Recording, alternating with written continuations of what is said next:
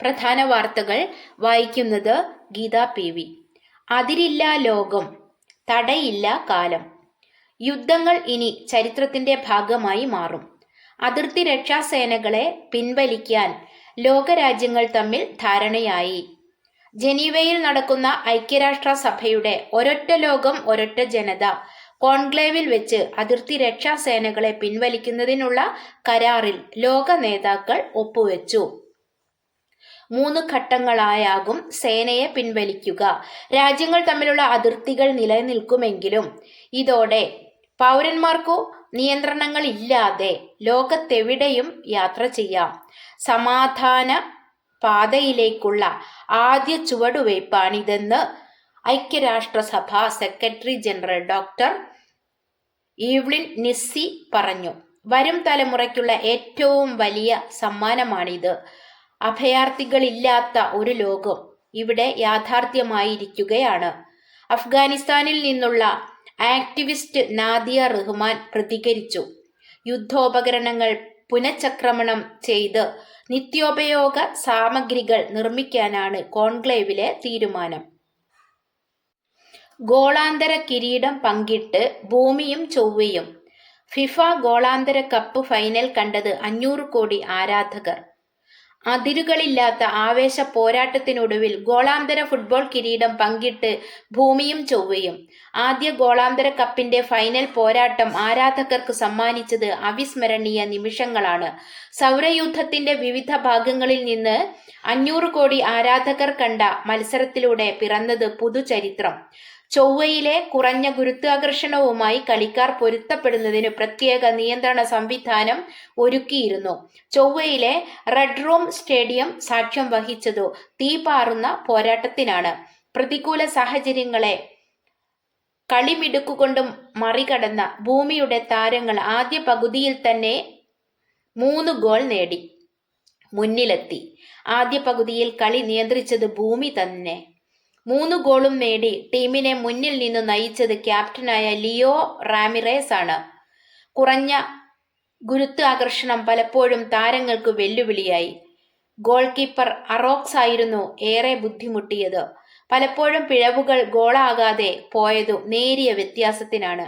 ഇടവേളയ്ക്ക് ശേഷം ചൊവ്വയുടെ ശക്തമായ തിരിച്ചുവരവാണ് കണ്ടത്. ക്യാപ്റ്റൻ സൈറയുടെ നേതൃത്വത്തിൽ തുടരെയുള്ള മുന്നേറ്റങ്ങൾ. രണ്ടാം പകുതിയുടെ ആദ്യ നിമിഷങ്ങളിൽ തന്നെ ചൊവ്വ ആദ്യ ഗോൾ മടക്കി. മറുവശത്തു പ്രതിരോധം ശക്തമാക്കി ഭൂമിയുടെ താരങ്ങൾ. കളിയുടെ അവസാന നിമിഷങ്ങൾ കാത്തുവെച്ചത് തികഞ്ഞ ആവേശപ്പോരാട്ടം. ഒരു ബൈസിക്കിൾ കിക്ക് ഉൾപ്പെടെ 2 ഗോളുകൾ നേടി ചൊവ്വയുടെ ക്യാപ്റ്റൻ സൈറ ടീമിനു സമനില സമ്മാനിക്കുമ്പോൾ ആദ്യ ഗോളാന്തര കപ്പ് ഫൈനലിനു നാടകീയ അന്ത്യം. കളിയുടെ ഹോളോഗ്രാഫിക് സംപ്രേഷണം 2 ഗ്രഹങ്ങളിലെയും ആരാധകർക്ക് ആവേശമായി. ഫുട്ബോൾ നമ്മെ ഒന്നിപ്പിക്കുന്നുവെന്ന് ഈ മത്സരം തെളിയിക്കുന്നു. അടുത്ത തവണ നമുക്ക് മറ്റൊരു ലോകത്ത് വെച്ച് കണ്ടുമുട്ടാം, ലിയോ റാമിറേസ് പറഞ്ഞു. ആഴക്കടൽ ഇനി ആൾക്കടൽ. താമസക്കാരെ വരവേറ്റ് ആദ്യ ആഴക്കടൽ നഗരം ഓഷ്യാനസ്. ടിയിലൊരുക്കിയ കൗതുകകരമായ കരിമരുന്ന് പ്രയോഗത്തിന്റെ മായിക അന്തരീക്ഷത്തിൽ ആദ്യ സമുദ്ര നഗരത്തിലെ ആദ്യ ഷെല്ലിന്റെ താക്കോൽ കൈമാറ്റം അവിസ്മരണീയമാക്കി ശാസ്ത്രലോകം. ഓഷ്യാനസിലെ ആദ്യ താമസക്കാരിയും സമുദ്രശാസ്ത്രജ്ഞയുമായ ഡോക്ടർ അലീന വേഗ താക്കോൽ ഏറ്റുവാങ്ങിയപ്പോൾ പിറന്നത് പുതുയുഗം. ചരിത്രവും ഭാവിയും കൈകോർത്ത നിമിഷത്തിൽ സമുദ്ര നഗരമായ ഓഷ്യാനസ് പുതുതായി പാർക്കാനെത്തിയ 100,000-ഓളം പേരെ ഹാർദ്രമായി വരവേറ്റു. സുസ്ഥിരമായ ഊർജസ്രോതസ്, പവിഴപ്പുറ്റു മാളികകൾ, ഗവേഷണ ലാബുകൾ, സ്കൂളുകൾ, തീം പാർക്കുകൾ, കണ്ണാടിച്ചില്ല് റെസ്റ്റോറന്റുകൾ തുടങ്ങിയ അത്യാധുനിക സൗകര്യങ്ങൾ ഉൾപ്പെടുത്തി തയ്യാറാക്കിയ സമുദ്ര നഗരത്തിന്റെ ചെലവ് $72,000 കോടി ആണ്.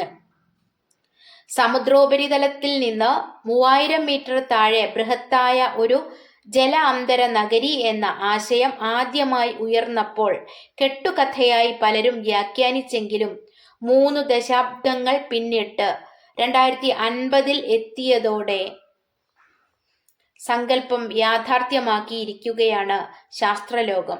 പവിഴപ്പുറ്റുകളെ വീണ്ടെടുക്കാനുള്ള ദൗത്യത്തിന്റെ ഭാഗമായി കൂടിയാണ് കടൽ നഗരത്തിലേക്ക് ഡോക്ടർ അലീന വേഗ താമസം മാറിയത്.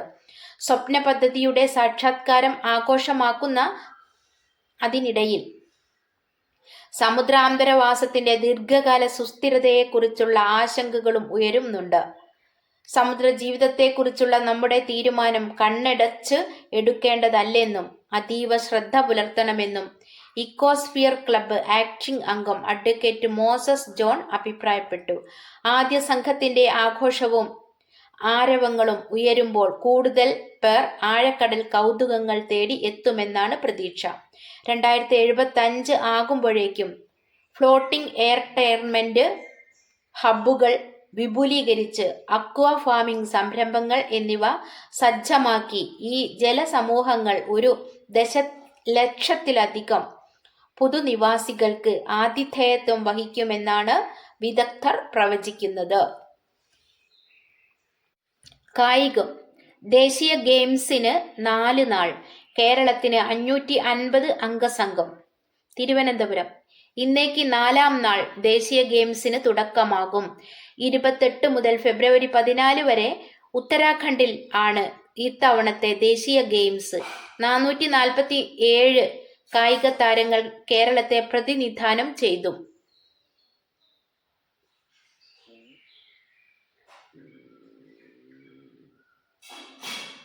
447 കായിക താരങ്ങൾ കേരളത്തെ പ്രതിനിധാനം ചെയ്യും. ഇവർക്ക് പുറമെ 113 ഒഫീഷ്യൽസ് ഉൾപ്പെടെ 550 അംഗ സംഘമാണ് ഉത്തരാഖണ്ഡിലേക്ക് പുറപ്പെടുക. ദേശീയ ഗെയിംസിന്റെ 38-ാം പതിപ്പാണിത്. 29 കായിക ഇനങ്ങളിലാണ് കേരള താരങ്ങൾ മാറ്റുരയ്ക്കുന്നത്. 52 കായിക താരങ്ങളും 13 ഒഫീഷ്യൽസും അടങ്ങുന്ന അത്ലറ്റിക്സ് ആണ് ഏറ്റവും കൂടുതൽ പേർ അണിനിരക്കുന്നത്. അക്വാട്ടിക്സിൽ 43 താരങ്ങളും 8 ഒഫീഷ്യൽസും അണിനിരക്കും. Archery, badminton, basketball, boxing, canoeing, kayaking, cycling, fencing, football, gymnastics, beach handball, judo, kho kho, netball, rowing, rugby, shooting, squash, table tennis, triathlon, volleyball, beach volleyball, weight lifting, wrestling, wushu എന്നീ കായിക ഇനങ്ങളിലും കേരളം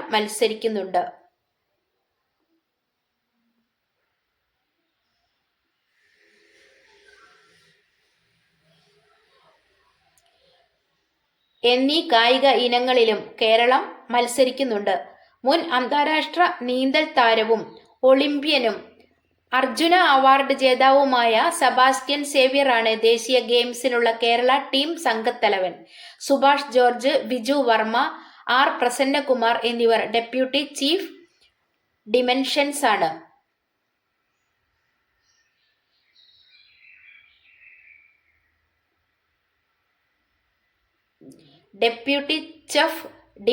ആണ്. ഉദ്ഘാടന ചടങ്ങിലെ മാർച്ച് പോസ്റ്റിൽ കേരള സംഘത്തിന്റെ പതാകയേന്തുന്നത് അന്താരാഷ്ട്ര ബാസ്കറ്റ്ബോൾ താരം PS ജീനയാണ്. ഗെയിംസിൽ മത്സരിക്കാനുള്ള കേരളത്തിന്റെ താരങ്ങളുടെ രജിസ്ട്രേഷൻ കേരള ഒളിമ്പിക് അസോസിയേഷന്റെ നേതൃത്വത്തിൽ പൂർത്തിയാക്കിയിട്ടുണ്ട്. ഒഫീഷ്യൽസിന്റെ രജിസ്ട്രേഷൻ പൂർത്തിയായി വരികയാണ്. ഗെയിംസിനുള്ള കേരളത്തിന്റെ ആദ്യ സംഘം ഇന്നലെ നെടുമ്പാശ്ശേരിയിൽ നിന്ന് വിമാനമാർഗം പുറപ്പെട്ട് ഡെറാഡൂണിൽ എത്തിച്ചേർന്നു.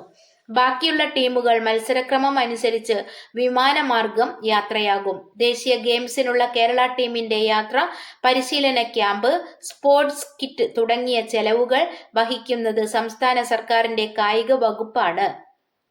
കേരള ടീം അംഗങ്ങൾക്ക് കേരള ഒളിമ്പിക് അസോസിയേഷന്റെ വകയായി പ്രത്യേക ജേഴ്സിയും നൽകിയിട്ടുണ്ട്.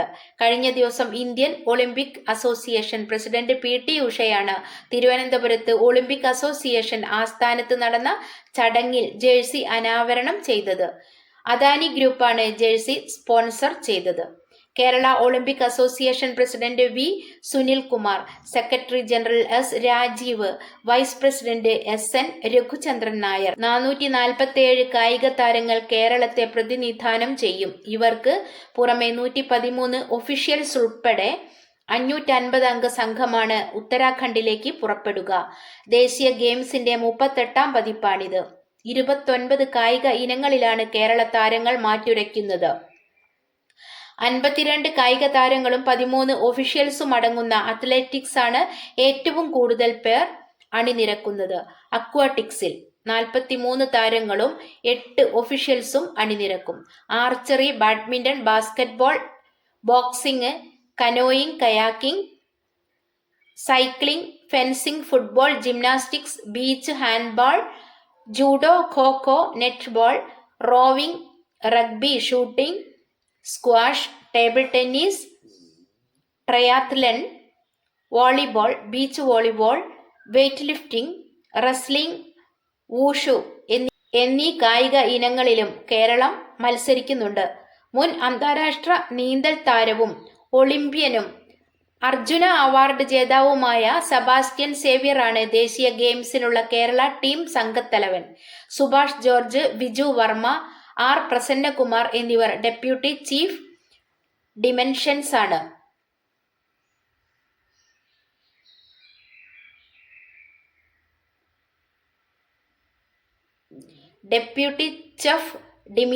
ആണ്. ഉദ്ഘാടന ചടങ്ങിലെ മാർച്ച് പോസ്റ്റിൽ കേരള സംഘത്തിന്റെ പതാകയേന്തുന്നത് അന്താരാഷ്ട്ര ബാസ്കറ്റ്ബോൾ താരം PS ജീനയാണ്.